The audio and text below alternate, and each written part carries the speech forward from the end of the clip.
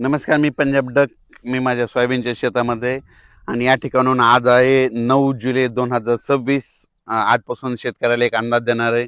कारण की महाराष्ट्रामध्ये आतापर्यंत पावसानं खूप धुमाकूळ घाले, काही ठिकाणी अति मुसळधार पाऊस पडला, पूर परिस्थिती निर्माण झाली. तर आता राज्यातली परिस्थिती काय राहणार आहे? आज 9 जुलै, तर आज मी म्हटलं होतं ना सूर्यदर्शन घडेल, तर हे सूर्यदर्शन घडलंय. आणि राज्यात मात्र आता आणखीन उद्याचे दिवस फक्त विखुरलेल्या स्वरूपाचं नाशिक जिल्हा आणि उत्तर महाराष्ट्राकडे नंदुरबार, धुळे, जळगाव तिकडं तुरळक ठिकाणी आज पाऊस पडणार आहे म्हणून हे अंदाज लक्षात यायचा. पण राज्यात मात्र उद्यापासून पावसाचा जोर ओसरणार आहे. 11 तारखेला एकदम संपूर्ण पाऊस राज्यातला ओसरला दिसेल. मुंबईचा देखील पावसाचा जोर ओसरणार आहे, पुण्याकडला ओसरणार आहे, नाशिकचा ओसरणार आहे, कोकणपट्टी घाटमाथ्यावरचा देखील 2 दिवसानंतर ते देखील जोर ओसरणार आहे. आता खूप काही मोठा पाऊस पडणार नाही. उद्या 11 जुलैपासून राज्यात चांगलं सूर्यदर्शन होणार आहे आणि हवामान कोरडं राहणार आहे म्हणून हा अंदाज महाराष्ट्रातल्या सर्व शेतकऱ्यांना लक्षात द्यायचा. त्याच्यानंतर राज्यामध्ये बऱ्याच भागामध्ये हा पाऊस झाला आणि त्याच्यामध्ये देखील आणखीन काही भाग वंचित आहे.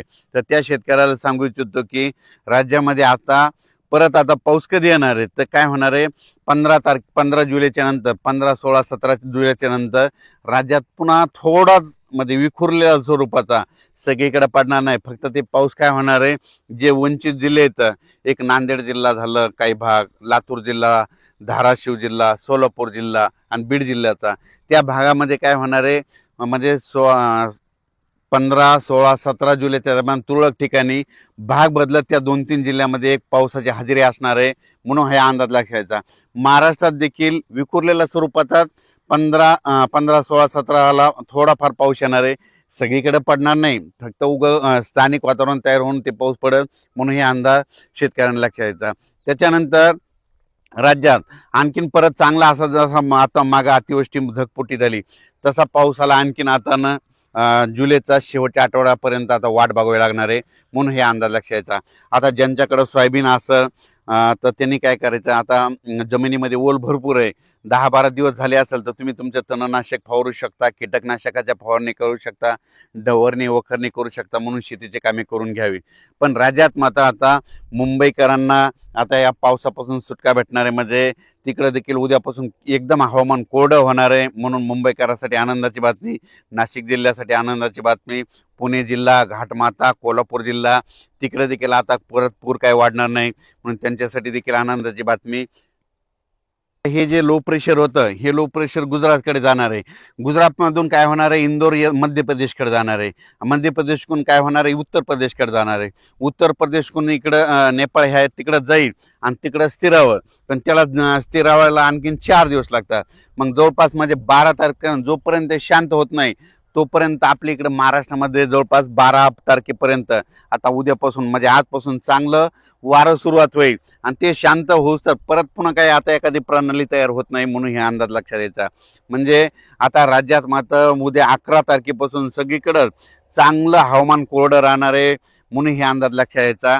फक्त 15, 16, 17च्या दरम्यान परत एकदा पावसाळी वातावरण तयार होईल, पण तो इतका पाऊस असा जोराचा पडणार नाही, फक्त तुरळक भागातच म्हणजे विखुरलेल्या स्वरूपाचा ते असणार आहे म्हणून हे अंदाज लक्षात यायचा. चांगल्या पावसासाठी जुलैच्या शेवटच्या आठवड्यापर्यंत वाट पाहावी लागणार आहे म्हणून हे अंदाज देखील सर्व शेतकऱ्यांनी लक्षात घ्यावा. सोशल मीडियातून काय व्हायला थोड्या अफवा पसरत आहेत की परत आता पाऊस येणार नाही.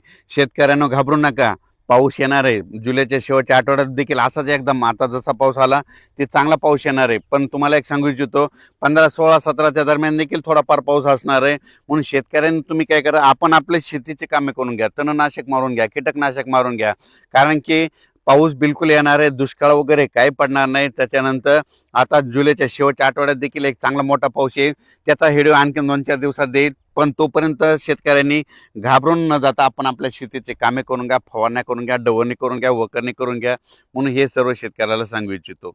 ह्या पावसातून देखील महाराष्ट्रामध्ये काही तालुक्यामध्ये 10-15 गावं, 5-7 गावं असे वंचित राहिलेले आहेत.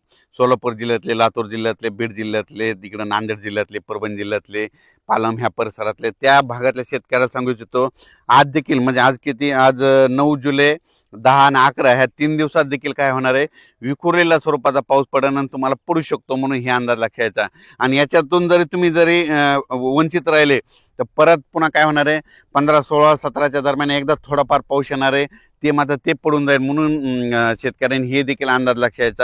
त्याच्यातून जर उरले तर परत एकदा जुलैच्या शेवटच्या आठवड्यात पाऊस येणार आहे. दुष्काळ वगैरे काय पडणार नाही. मी म्हटलं ना, यावर्षी शेतकऱ्यासाठी चांगलं साल राहणार आहे, पिकं चांगले येणार आहेत. आणि हे पाहू शकता, हे माझ्या स्वतःचं शेतातलं आहे.